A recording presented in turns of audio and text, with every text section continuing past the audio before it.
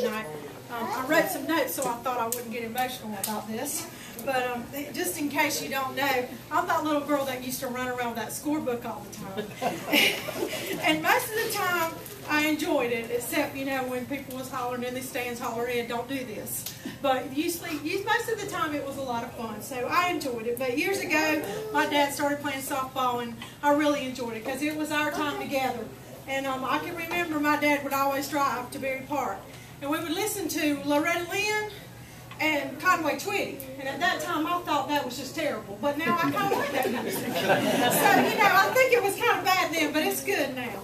But we would go to that, we had a schedule. And in my room, I would have schedules up on the wall. Because every night we had to go to a different park and play softball. So it really was a great honor for me to do that. But I kept up with that. And so each weekend we would go with a traveling team or whatever. But I kept score for the team almost all the time he was doing that. And then I got a job working in the complex, keeping score and making some money. So that was a good thing too. But going to all the games was really interesting.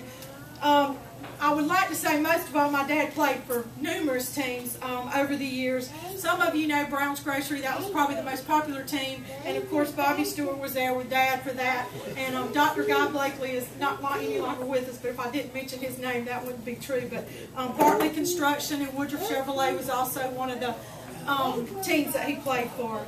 As long as my dad played, and of course I guess he started playing back in the 50s, and I can't remember when he quit, because as long as I lived there, he played. So I'm not sure. I think back in the late 80s was probably when he stopped. I remember him primarily catching, but honestly, I really think he's played every position I've seen him play at least one time. It didn't matter. If somebody got hurt, he'd go play second. If somebody got hurt in the outfield, he'd go to the outfield. But he practically did play. He never wanted to worry about what his batting average was. He just wanted to be on base and score. So the problem we always had was when he got to first, we could never keep him there because he always wanted to steal a base. And of course, I wouldn't go without saying, I'm so glad that Frank and Billy are here, because if you know, he spent most of his time worrying about what those guys did, because they usually didn't make the right call. But I'm glad to know that they can sit in the room within 25 feet of one another and not scream at one another. And Billy and Frank, that's a real compliment. I want you guys to know that. I don't remember him hitting too many home runs, because that just wasn't his thing. He liked to bunt, which is one of the reasons I like to bunt. But when we played at Berry Park, he would always just bunt and try to get on. One of the most popular stories I have to remember is he broke a bone in his foot running over somebody at home base. And so he wouldn't come out of the game. And I think Wilson was in on this, but I think that Wilson actually got a 5-gallon bucket that we had the balls in, and he threw those buckets out, and we got ice, and they put his foot in that bucket between innings so that he could keep playing. So that was one of the things. But I have to say that softball's been a great influence on my life as well. I met the love of my life doing that. And so it brought something good in my family as well. But I have to say my daddy was influenced by his father and his grandfather, Famer Hollar and Lawrence Brown. And I just want to mention those two. But I want to mention one very special person, and that is my mother, Mandina. She stayed at home while my dad and I traveled and did all those games in for years. And she would go to a few games. There was always something happened, though. She would always get hit with the ball if she went to games. So Mom did not go to very many games. So I'd just like to say that it really was a joy and an honor for me to, at this time, to induct my dad into the Hall of Fame.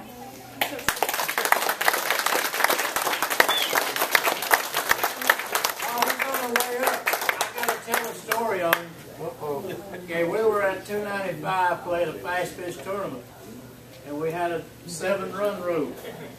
Okay, they were playing this real good team out of Tennessee, and Woodruff only had 9 players. So the team from Tennessee gets up by 6. So Jerry starts getting on the umpire, and he gets run out of the ball game, and they lose 6-0 by forfeit. So he comes up into the press box after the game and talks to the umpires. He said, "Are y'all mad at me?" We said, "No, why?" He said, "Well," "we couldn't lose that game 7-0 because I bet $100 on it." That's true. That's true.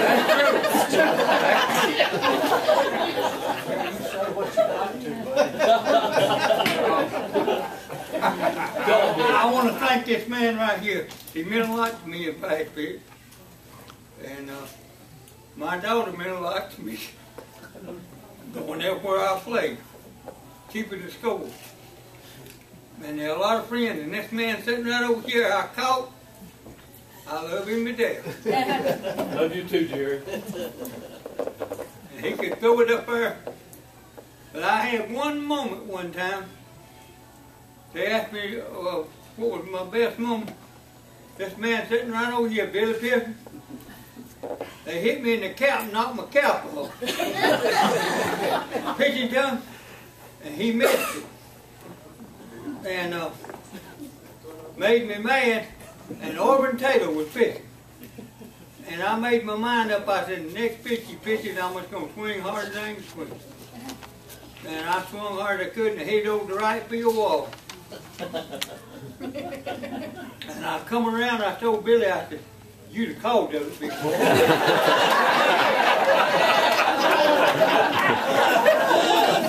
remember that?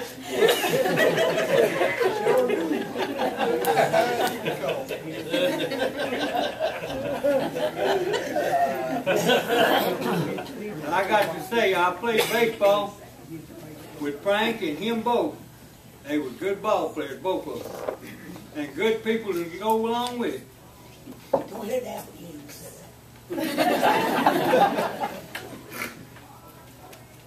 But I believe, I hate to say this, because I like both of them, but I believe this is the best ball player right here. You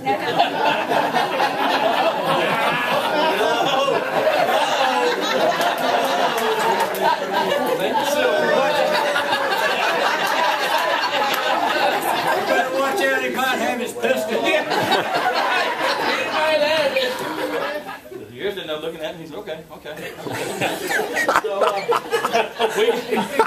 we got into about the second inning or whatever, and Jerry calls timeout, and he comes out and he said, he said, I can't keep up with all this 1, 2, 3s and 4s. He said, you just throw whatever you want to throw, and I'll catch it. For the next 4 years, I threw exactly what I wanted to throw, and he caught it. The other little story, we were playing at beer field one night, and there used to be some packed houses down there. There was a lot of folks there. Well, we were playing. I threw a drop. It probably dropped from lack of speed or whatever, but anyway, got under Jerry's mitt. And it hit Jerry where no man wants to get hit with a softball. Nobody. Jerry grabbed him, hit the dirt, rolled in the dirt. I'm coming off the mound, and I said, Jerry, are you okay? You okay? And he's rolling in the dirt and everything. I said, Jerry, are you okay? And he drove, and I said, Jerry, you are wearing a cuff, aren't you? And he stopped, and he looked up, and he said, a what? Good deal, buddy. You are a man.